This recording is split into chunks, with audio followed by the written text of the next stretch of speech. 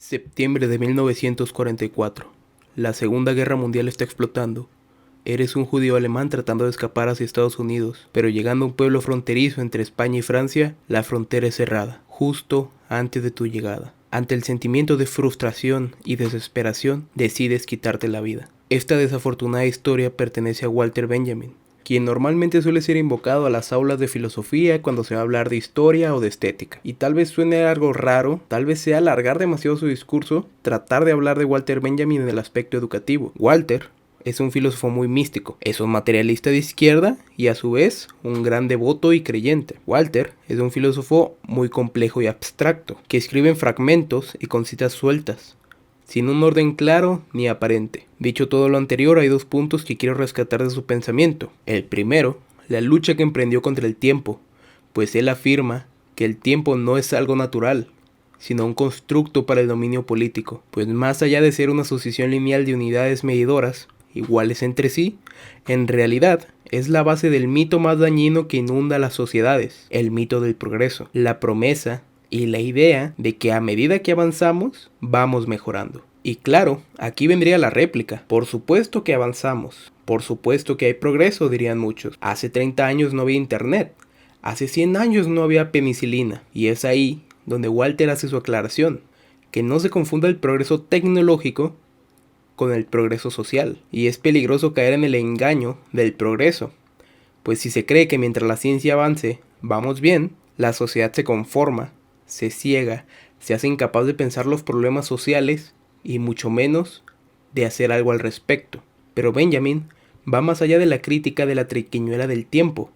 Él propone una nueva concepción del tiempo, partiendo del arte. La obra en cuestión, el Angelus Novus, un ángel que va hacia adelante mirando hacia atrás. Y con este ángel enlazamos con el segundo punto que quiero tocar.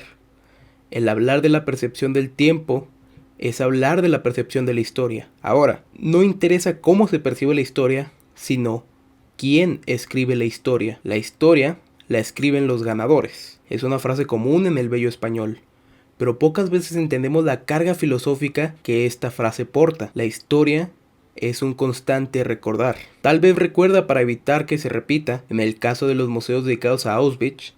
Tal vez recuerda por rencor, como cuando los estadounidenses gritaban "Remember the Alamo" mientras atacaban asentamientos fronterizos. Tal vez recuerda para brindar un momento emotivo al que la mire, como una estatua de un perro fiel a su amo. Sin importar el por qué recuerde algo, esto implica su acción contraria, el olvidar, pues al recordar, algo más se olvidará. Y si son los ganadores quienes escriben la historia, ¿quién recuerda a los esclavos que construyeron las pirámides de Egipto? Nos limitamos a recordar el nombre del faraón que las mandó a edificar. Y la historia es poderosa, pues mediante ella se configuran las sociedades.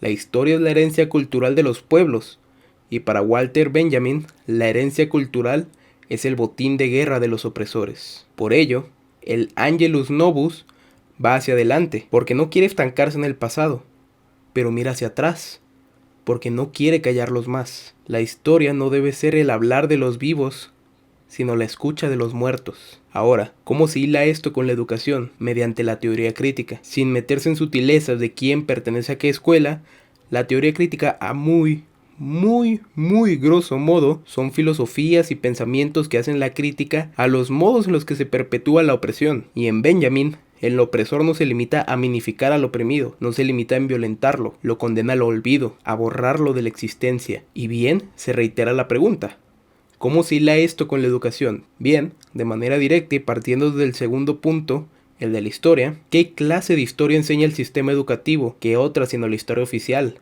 La que fue escrita por los opresores, la que fue escrita a costa de los derrotados, donde Juárez no intenta vender la patria, donde Juárez salva la patria. ¿Qué ocurre con los valores? ¿Acaso se enseñan los valores de nuestros pueblos originarios? ¿O la educación que los españoles imponen tras su victoria? ¿En qué se les enseña a creer al mexicano derrotado tras su conquista? Y peor aún, ¿qué sigue enseñando a las generaciones venideras? Retomando el primer punto, el del tiempo, ¿cómo percibimos la educación? ¿Realmente ha tenido un progreso social? ¿O seguimos midiendo su progreso en base a cuánta gente egresa? Llevamos tablets a los niños en las sierras. ¿Realmente podemos decir que hay un progreso social con eso? Y para concluir, a nivel personal, se me enseñó que Francisco Villa Fue un gran caudillo, líder, estratega, valiente, un revolucionario para autonomacia. Pero ¿dónde están los civiles que ejecutó? Las mujeres que violó, las familias que destrozó. Chihuahua no mira hacia atrás, no mira los ojos de los derrotados, de los muertos. Se limita a ponerle dorados a todos los equipos deportivos que pueda y a seguir impulsando más marchas villistas. La educación es la herramienta que se usa para perpetuar la historia oficial, la historia de los ganadores, y olvida a los oprimidos. Y mientras la escuela siga produciendo egresados en masa, se tendrá la creencia